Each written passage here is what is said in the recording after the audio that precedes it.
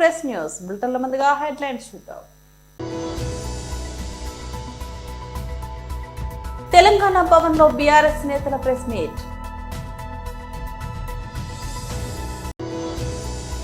మాజీ MP and BJP రాష్ట్ర ఉపాధ్యక్షులు డాక్టర్ బూర నరసయ్య గౌడ్ మీడియాతో మాట్లాడుతున్నారు.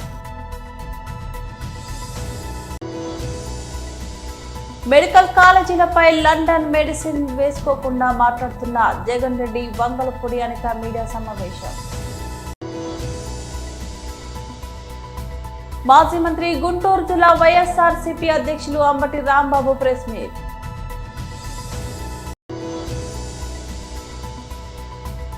టీమిండియా ఆటగాళ్ల బ్రాంకో టెస్ట్ వీడియో విడుదల చేసిన బీసీసీఐ. తెలంగాణ భవన్లో బీఆర్ఎస్ నేతల ప్రెస్ మీట్. బీఆర్ఎస్ తరపు నుండి హృదయపూర్వకంగా అనేక కష్టాలు, అనేక నష్టాలు, అనేక పోరాటాలు, అనేక ఒత్తిళ్లు, అణచివేతలు, లాఠీచార్జులు, పోలీస్ కేసులు భరించి సైతం న్యాయ పోరాటం చేసి ఈ ప్రభుత్వం గ్రూప్ 1 ఉద్యోగాల నియామకాల్లో చేసినటువంటి ఒక దాష్టికాన్ని ఎత్తి చూపుతూ కోర్టులో గెలిచినటువంటి మొత్తం విద్యార్థులకు, పోరాటం చేసిన విద్యార్థులకు, నిరుద్యోగులకు అందరికీ కూడా హృదయపూర్వకంగా శుభాభినందనలు తెలియజేస్తూ ఉన్నాం. ప్రభుత్వం ఏ ప్రభుత్వమైనా సరే, ఎవరి ప్రభుత్వమైనా సరే, ఏ రాష్ట్రంలోనైనా, ఏ దేశంలోనైనా ప్రభుత్వం ఇస్ అ మైటీ ఫోర్స్. ఏమైందబ్బా, ఏమైనా అయితే బంద్ చేయరి, ప్రెస్ మీట్ అన్నా కానీ మీరు అక్కడ ముచ్చట పెడితే ఇక్కడ ఏం మాట్లాడాలి చెప్పరి? కరెక్ట్ కాదు అట్లా, ప్లీజ్.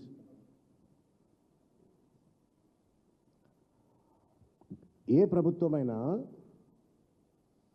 ఒక మైటీ ఫోర్స్.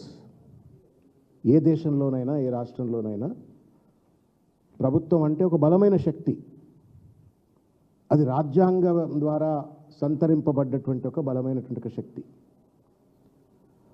ఆ బలమైనటువంటి ఒక శక్తి ప్రభుత్వంలో ఉన్నటువంటి ఒక పెద్దలు, పెద్ద పెద్ద కుర్చీల్లో కూర్చున్నటువంటి ఒక పాలక వర్గాలు, అణగదొక్కబడ్డ వర్గాలకు, ఆ గద్దె మీద కూర్చోబెట్టినటువంటి ఒక ప్రజలకు అండగా ఉండడం కోసం ఆ శక్తిని వాడాలి. That is the constitutional power to protect the people, to protect the constitutional rights of the people.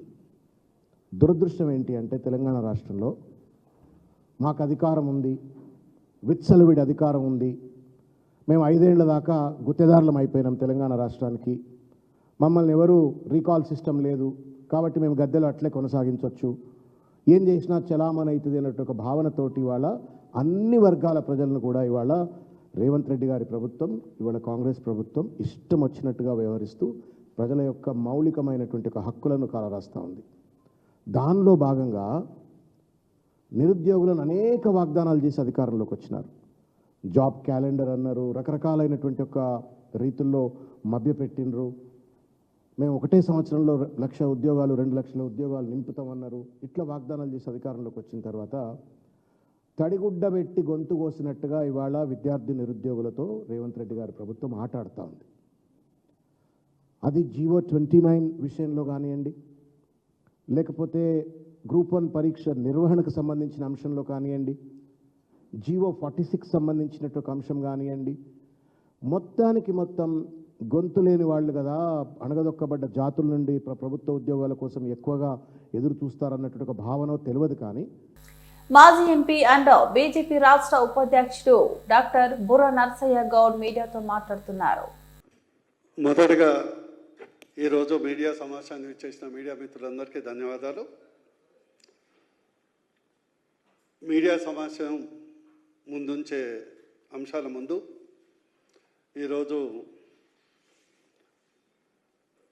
Telangana రాష్ట్ర బీజేపీ అధ్యక్షుడు కిషన్ రెడ్డి గారు, బండి సంజయ్ గారు, మా సంఘటన మంత్రి, ముఖ్య నాయకులందరి యొక్క నమ్మకంతో భారతీయ జనతా పార్టీ ఉపాధ్యక్షులుగా నియమితులైన తర్వాత మా సోదరుడు, ఇద్దరు సోదరులు, ఒకరు క్రాంతి కిరణ్ గారు ఎస్సీ మోర్చా అధ్యక్షులుగా, మరియు భరత్ ప్రసాద్ గారు ఏదైతే సెక్రటరీగా నియమించబడ్డారో, నాది ఒకటే విజ్ఞప్తి, మీడియా మిత్రులందరూ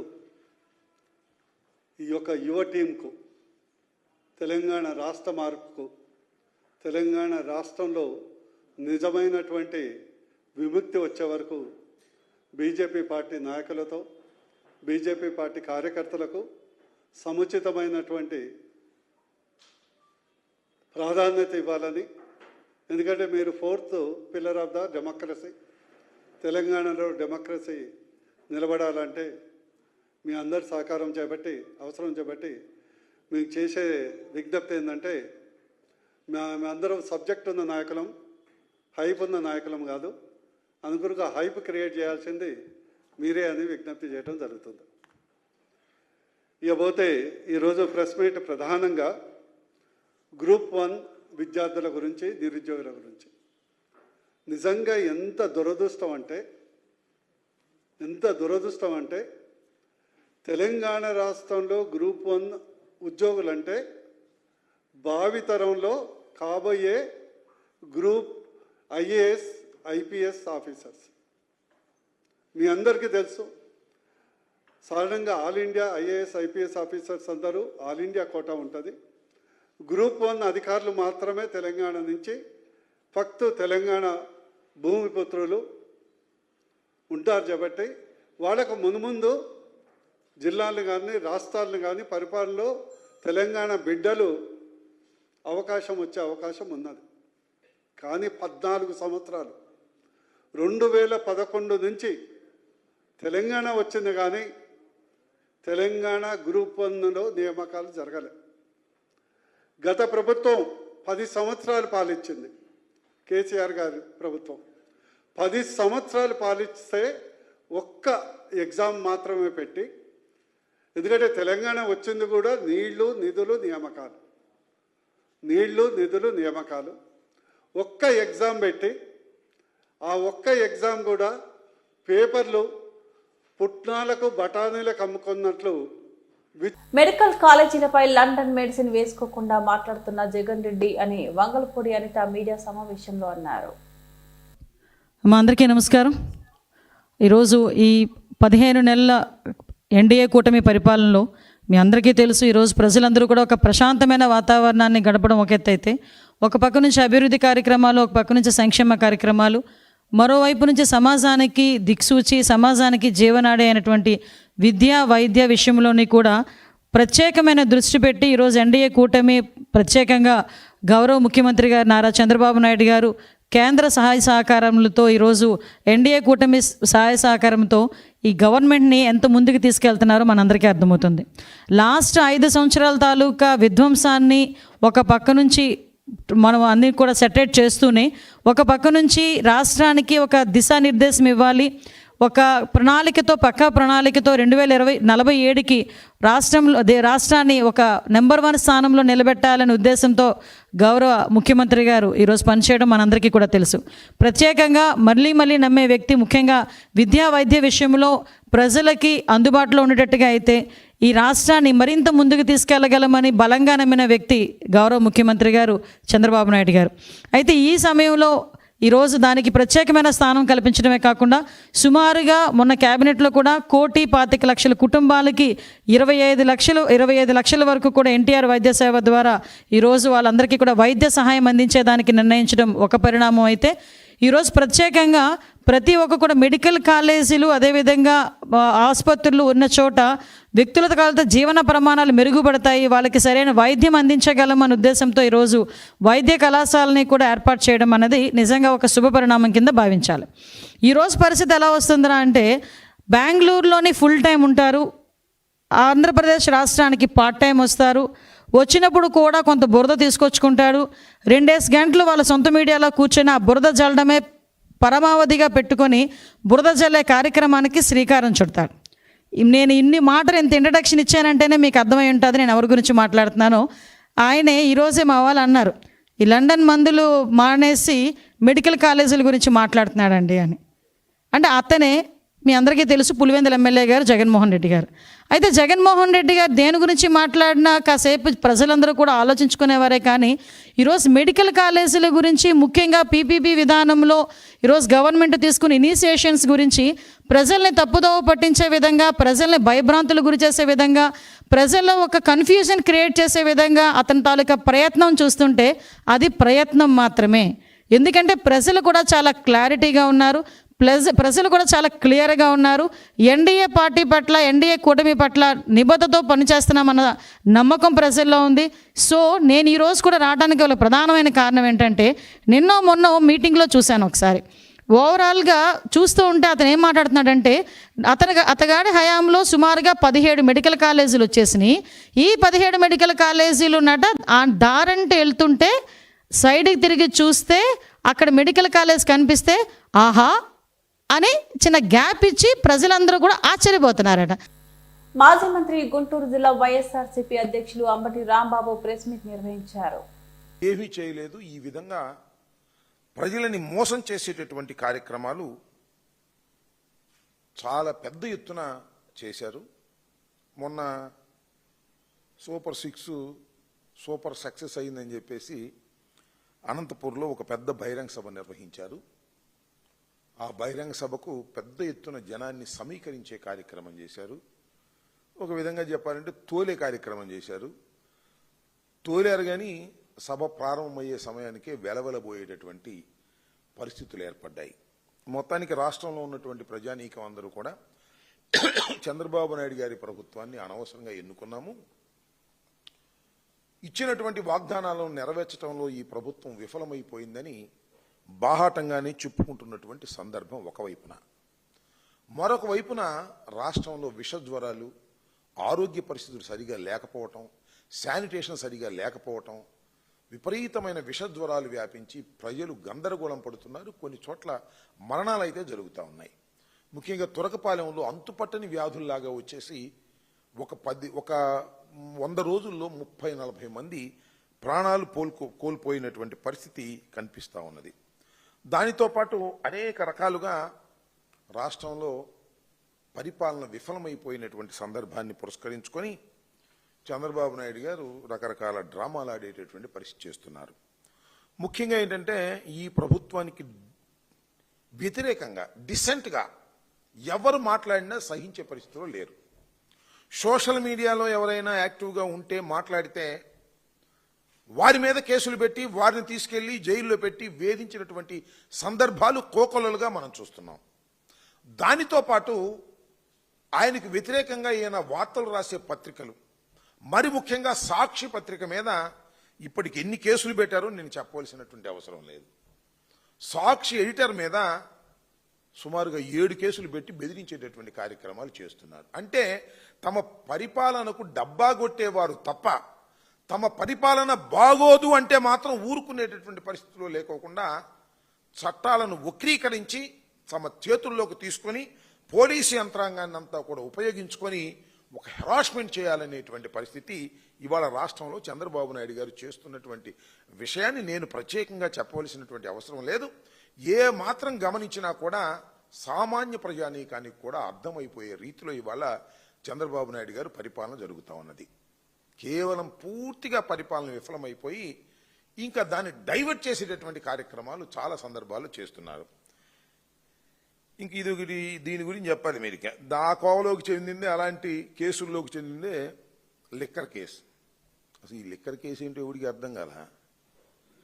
అబద్ధాల పునాదుల మీద ప్రారంభించాడు చంద్రబాబు నాయుడు గారు. భారత క్రికెట్ జట్టులో ఫిట్నెస్ ప్రమాణాలను మరో స్థాయికి తీసుకెళ్లేందుకు భారత క్రికెట్ నియంత్రణ మండలి బీసీసీఐ సిద్ధమైంది. ఇప్పటికే ఉన్న యోయో టెస్టుకు అదనంగా బ్రాంకో టెస్ట్ అనే కొత్త విధానాన్ని తెరపైకి తెచ్చింది. టీమిండియా ఆటగాళ్లు ఆసియా కప్ 2025కు సన్నద్ధమవుతున్న నేపథ్యంలో బ్రాంకో టెస్ట్ వీడియోను బీసీసీఐ విడుదల చేయడంతో ఈ విషయం వెల్లడైంది. ఇకపై భారత్ ఆటగాళ్ల ఫిట్నెస్ ను అంచనా వేయడంలో ఇది కీలక పాత్ర పోషించనుంది. ప్రస్తుతం ఆసియా కప్ కోసం దుబాయ్లో శిక్షణ శిబిరంలో ఉన్న భారత ఆటగాళ్లకు ఈ కొత్త ఫిట్నెస్ పరీక్షను పరిచయం చేశారు. Team India strength and conditioning coach Adrien Roux పర్యవేక్షణలో ఈ మేరకు డెమో టెస్టును నిర్వహించారు. ఈ పరీక్షలో భాగంగా ఆటగాళ్లు 20, 40, 60 మీటర్ల దూరాన్ని వేగంగా పరిగెత్తి తిరిగి స్టార్టింగ్ పాయింట్ను తాకాల్సి ఉంటుంది. ఇలా పలుమార్లు చేయడం ద్వారా ఆటగాళ్ల వేగం, శారీరక శక్తి, తిరిగి పుంజుకునే సామర్థ్యం వంటి కీలక అంశాలను ఖచ్చితంగా అంచనా వేస్తారు. ఈ సందర్భంగా కోచ్ అడ్రియన్ రౌక్స్ మాట్లాడుతూ బ్రాంకో రన్ అనేది క్రీడా రంగంలో కొత్తేమీ కాదు. చాలా ఏళ్లుగా వేర్వేరు క్రీడల్లో దీన్ని ఉపయోగిస్తున్నారు. మనం దీన్ని 2 విధాలుగా వాడుకుంటాం. ఒకటి శిక్షణలో భాగంగా, రెండోది ఫిట్నెస్ ప్రమాణాలను తెలుసుకోవడానికి. దీన్ని ఎక్కడైనా సులభంగా నిర్వహించుకోవచ్చు. దేశీయ పర్యటనలోనూ ఆటగాళ్ల ఫిట్నెస్ ను అంచనా వేయడానికి ఇది బాగా ఉపయోగపడుతుంది అని వివరించారు. యోయో టెస్ట్ ప్రధానంగా ఆటగాళ్ల స్టామినా, శ్వాస నియంత్రణపై దృష్టి సారిస్తే, బ్రాంకో టెస్ట్ మాత్రం వారి వేగం, చురుకుతనాన్ని పరీక్షిస్తుంది. ముఖ్యంగా ఫాస్ట్ బౌలర్స్, ఫీల్డర్లకు ఇది ఎంతగానో మేలు చేస్తుందని నిపుణులు భావిస్తున్నారు. ఈ కొత్త ఫిట్నెస్ విధానంతో భారత జట్టు రాబోయే టోర్నీల్లో మరింత పటిష్టంగా బరిలోకి దిగుతుందని బీసీసీఐ విశ్వసిస్తోంది. సిపిఎం జిల్లా కమిటీ సభ్యులు ఓస వెంకటేశ్వర్లుపై దాడికి పాల్పడ్డ స్థానిక ఎస్ఐని సస్పెండ్ చేయాలని కోరుతూ పామూరు పట్టణంలో సిపిఎం ఆధ్వర్యంలో నిరసన ప్రదర్శన జరిపి సిఐ ఆఫీసులో అర్జీ ఇవ్వడమైనది. ఈ కార్యక్రమంలో సిపిఎం జిల్లా కార్యదర్శి షేక్ మహబూబ్, జిల్లా కార్యదర్శి వర్గ సభ్యులు జీవి కొండారెడ్డి, సయ్యద్ అనిఫ్ పాల్గొన్నారు. ఆయన్ని పిలిచి చెప్పడానికి వీలున్నటువంటి బండబోతులు చెప్పడం అంటే మన ప్రజల పట్ల వాళ్ళకి ఏమాత్రం సానుభూతి కలిగినటువంటి లేదు. అంటే సమస్యలు పరిష్కరించడానికి పోలీస్ స్టేషన్లు ఉన్నాయా, సమస్యలు సృష్టించి డబ్బులు దండుతున్నాడే అనేటువంటి దాన్ని ప్రజలు ఆలోచించాల్సినటువంటి అవసరం ఉన్నది. ఈరోజు గత ప్రభుత్వం ఏం చెప్పింది? ఇప్పుడున్నటువంటి కూటమి ప్రభుత్వం గత ప్రభుత్వాన్ని ఉద్దేశించి వైసీపీ జగన్ ప్రభుత్వంలో అరాచకం ఎక్కడ చూసినా, ఎక్కడ చూసినా కేసులు, ఈ అరాచకమైన పాలన పోవాలి, మేమొచ్చి అభివృద్ధికరమైనటువంటి, శాంతియుతమైనటువంటి, ప్రజలకి అనుకూలమైనటువంటి పాలన అందిస్తామని చెప్పారు. ఇప్పుడు వాళ్ళు ఏం జరుగుతుంది అంటే పోలీసులే ప్రజల మీద దౌర్జన్యం చేస్తూ అవినీతికి పాల్పడుతూ ఉంటే ఇప్పుడు దీన్ని ఏమనాలి అంటే, ఇవాళ పోలీసులు అనేటువంటి వాళ్ళు ప్రజలను రక్షించాల్సింది పోయి వాళ్ళ అవినీతి కోపంలో తిరిగిపోయినా ఎవరు ప్రశ్నించడంలా. ఎందుకు ప్రశ్నించడం లేదంటే ఈరోజు చూస్తా ఉన్నాం మనం, అవినీతి అనేటువంటిది రాష్ట్రంలో రాజ్యమేలుతా ఉన్నది. ప్రజాప్రతినిధులు వాళ్ళు అవినీతిలో కూరుకుపోయారని చెప్పి ఎవరు చెప్పారు? కమ్యూనిస్టులు కాదు, ప్రజలు కాదు, తెలుగుదేశానికి అనుకూలంగా వ్యవహరించేటువంటి ఏబిఎన్ రాధాకృష్ణ, ఆంధ్రజ్యోతి పత్రిక, ఏబిఎన్ టీవీ ఛానల్లో ఏం చెప్పారు? ఇవాళ ఎమ్మెల్యేలు దందాలైపోయినాయి. ఇవాళ మైనింగ్ మాఫియా ఎక్కడ మట్టి దొరికితే అక్కడ తవ్వేసుకోవడం, అట్లాగే బియ్యం మాఫియా, మద్యం మాఫియా, ఎక్కడ ఏదైనా సరే కబ్జా చేసేటువంటి పరిస్థితి ఈరోజు ఉందని. అంటే ఇవాళ మీకు మెదక్ జిల్లా సెప్టెంబర్ 15న జిల్లాలో ఘనంగా తెలంగాణ ప్రజా పాలనా దినోత్సవంగా నిర్వహించాలని జిల్లా కలెక్టర్ రాహుల్ రాజ్ అధికారులను ఆదేశించారు. కలెక్టరేట్ కార్యాలయంలో సెప్టెంబర్ 17న ప్రజా పాలనా దినోత్సవం నిర్వహించడంపై అధికారులతో సమీక్షించారు. ఈ సందర్భంగా కలెక్టర్ మాట్లాడుతూ ప్రజాపాలన దినోత్సవాన్ని ఘనంగా నిర్వహించేందుకు రాష్ట్ర ప్రభుత్వం ఆదేశాలు జారీ చేసిందని, దానికి అనుగుణంగా ఏర్పాట్లు చేయాలన్నారు. ముఖ్య అతిథితో జాతీయ పతాకాన్ని ఆవిష్కరిస్తారని తెలిపారు. శాఖల వారీగా చేపట్టవలసిన పనులపై దిశానిర్దేశం చేశారు. ఈ కార్యక్రమంలో అదనపు కలెక్టర్ నగేష్, డిఆర్ఓ భుజంగరావు తదితరులు పాల్గొన్నారు. వాళ్ళు గార్డ్ ఆఫ్ ఆనర్ తీసుకొని ఇక్కడ వాళ్ళు నేషనల్ ఫ్లాగ్ అన్ఫ్లోరింగ్ చేయడం జరిగింది. సో తర్వాత మనము 10 minutes అది ప్రోగ్రామ్ అయిపోయాక స్పీచ్, సో ఆ చీఫ్ గెస్ట్ స్పీచ్ ఒకటి మనం చేయడం జరిగింది. సో తర్వాత హైటీ ఉంటుంది, తర్వాత మనకి నార్మల్గా డే కంటిన్యూ అయిపోతుంది. సో మనకి మోస్ట్లీ ఆ రోజు హాలిడే ఉండదు. డిపార్ట్మెంట్ మళ్ళీ dialogues R and B department, flower officers department, uninterrupted power supply electricity department యాంకర్కి ఏమైనా ప్రోగ్రామ్స్ చేయమని ఒకరు గవర్నమెంట్ మనకి ఇస్తే సో అవి కూడా మనం ఇంక్లూడ్ చేస్తాం. సో డైలో టోటల్ అంతా క్లీనింగ్ అంతా కూడా మున్సిపల్ కమిషనర్ సో ఒక అంబులెన్స్ రెడీగా పెట్టుకోవడం, మళ్ళీ హెల్త్ కిట్ అవి రెడీగా పెట్టుకోవడం, బిఎల్హెచ్ ప్రిపరేషన్ ఆఫ్ స్పీచెస్ సిపి ఉంటుంది. లాగా చేయడం జరుగుతుంది. 10 o'clock మన దగ్గర ఉంటుంది. సో 9 కల్లా వేరే దగ్గర అంతా గ్రామ పంచాయత్స్, మున్సిపాలిటీస్, సో ఆ మండల ఆఫీసెస్ అన్నింటిలో కూడా కంప్లీట్ చేసుకోవాలి. 10కి ఇక్కడ మన దగ్గర ఉంటుంది. సో ఆ టైం ఉంటే టైం కరెక్ట్గా అన్ని సబార్డినేట్ ఆఫీసర్స్ కూడా పాటించే విధంగా మీరు ఎన్షూర్ చేసుకోవాలి. అరేంజ్మెంట్స్ డిపార్ట్మెంట్ వారీగా ఎవరెవరు ఏమేమి చేయాలనే దాని మీద మనం ఈ మీటింగ్ని ఏర్పాటు చేసుకుని డిస్కస్ చేయడానికి ఈరోజు ఏర్పాటు చేస్తున్నాం. దీంట్లో ముఖ్యంగా ప్రోగ్రామ్ సంబంధించి మొత్తం అరేంజ్మెంట్స్ అన్ని కూడా చూస్తారు. ప్రోటోకాల్ అరేంజ్మెంట్స్, తర్వాత విఐపికి సంబంధించినటువంటి సీటింగ్ అరేంజ్మెంట్, తర్వాత అన్ని ప్రికాషన్స్ అన్ని కూడా ప్రాపర్గా ఉండే విధంగా. బులెటిన్ ముగించే ముందు మరోసారి హెడ్లైన్స్ చూద్దాం. తెలంగాణ భవన్ లో బీఆర్ఎస్ నేతల ప్రెస్ మీట్. మాజీ ఎంపీ అండ్ బీజేపీ రాష్ట్ర ఉపాధ్యక్షులు డాక్టర్ బూర నరసయ్య గౌడ్ మీడియాతో మాట్లాడుతున్నారు. మెడికల్ కాలేజీలపై లండన్ మెడిసిన్ వేసుకోకుండా మాట్లాడుతున్న జగన్ రెడ్డి, వంగలపూడి అనిత మీడియా సమావేశం. మాజీ మంత్రి గుంటూరు జిల్లా వైఎస్ఆర్సీపీ అధ్యక్షులు అంబటి రాంబాబు ప్రెస్ మీట్.